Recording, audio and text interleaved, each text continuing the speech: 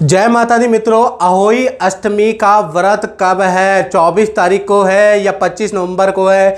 इसके बारे में चर्चा करेंगे। कैसे अहोई अष्टमी में पूजा पाठ कर सकते हैं। और अहोई अष्टमी में अगर आपने ये 3 प्रयोग मित्रों कर लिए तो आपकी सभी इच्छाएं पूरी करेंगी माता, या मालामाल कर देंगी माता है। तो ये 3 प्रयोग जरूर करने हैं।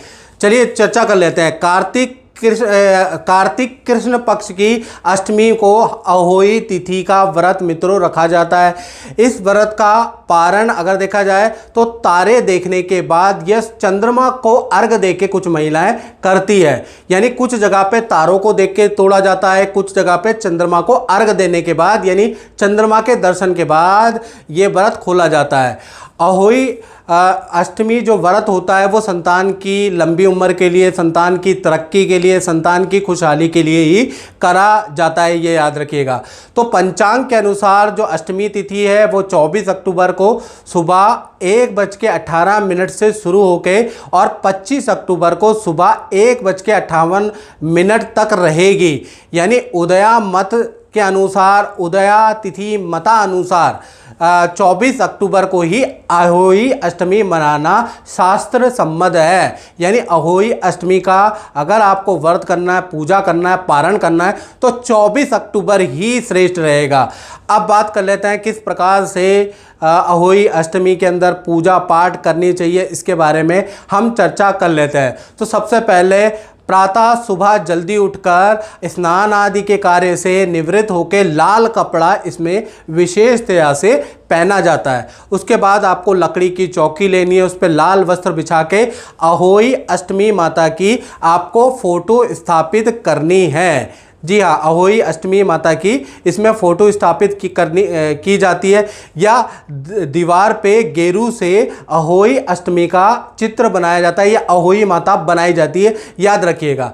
साथ ही साथ उसके बाद आपको क्या करना है, ओम श्री गणेशाय नमः, ओम गंगणपते नमः, ओम वक्रतुंड महाकाय सूर्यकोटि समप्रभा निर्विघ्नं कुरु मे देव सर्वकार्येषु सर्वदा। ये सबसे पहले गणेश जी का पूजन किया जाता है किसी भी पूजा पाठ को शुरू करने से पहले। तो गणेश जी का नाम लेकर दीपक जलाएं, धूप जलाएं, याद रखिएगा। उसके बाद आपको व्रत का संकल्प लेना है तो हाथ में, सीधे हाथ में थोड़ा जौ रख ले, थोड़ा तिल रख ले, 21 रुपये 101 रुपये रख ले, और उसके बाद संकल्प ले कि हे अहोई अष्टमी माता पार्वती, माता शिव भगवान, मैं अपनी संतान की लंबी उम्र के लिए, खुशहाली के लिए ये व्रत करने जा रही हूँ। कृपया इसमें कोई त्रुटि भूल चूक हो गया है तो अज्ञानी समझ के हमें माफ़ करें और हमारा ये व्रत सफल बनाए। इस प्रकार का संकल्प आप छोड़ दीजिए। उसके बाद आपको क्या करना है, ओम पार्वती देवी भ्याम नमः, ये मंत्र बोलकर अहोई अष्टमी जो अहोई माता है उनको आपको तिलक लगाना है, याद रखिएगा। कुमकुम का तिलक उस फोटो पे आपको लगाना है, चलचित्र पे आपको लगाना है। उसके बाद फल फूल माला इत्यादि आपको चढ़ानी है। बाकी जो पूजा है वो शाम को तारे के छांव में होगी। इसके बाद शाम को जब तारे निकल जाएं, जब आप देख लें बाहर जाके कि तारे आप निकल चुके हैं, तो उस समय पे आपको अब यहाँ पर आपको बाकी शेष पूजा प्रारंभ कर देनी है। इस समय पे आपको रात के समय में ओम पार्वती देवी भ्याम नमः ये मंत्र दोबारा बोल लेता हूँ। ओम पार्वती देवी भ्याम नमः ये मंत्र बोलकर आप अहोई माता को कुमकुम चढ़ाएं, लाल फूल आप चढ़ाएं, 16 श्रृंगार आप चढ़ाना है, फल फूल मिष्ठान आपको चढ़ाना है। खासकर शाम के समय पे हलवा बना ले और वो माता को आपको चढ़ाना है। उसके बाद आपको अहोई अष्टमी व्रत कथा आती है, वो वहाँ बैठकर आपको मंदिर में बैठकर उसका पाठ करना है, अहोई माता की आरती करनी है। उसके बाद आपको चंद्रमा को अर्घ देना है, या तारों को अर्घ देके, तारों की और चंद्रमा की को दीपक धूप दिखा के उनकी पूजा करके उनका अर्घ देके उनसे प्रार्थना करके उसके बाद ही आपको या अन्न और जल ग्रहण करना है, याद रखिएगा।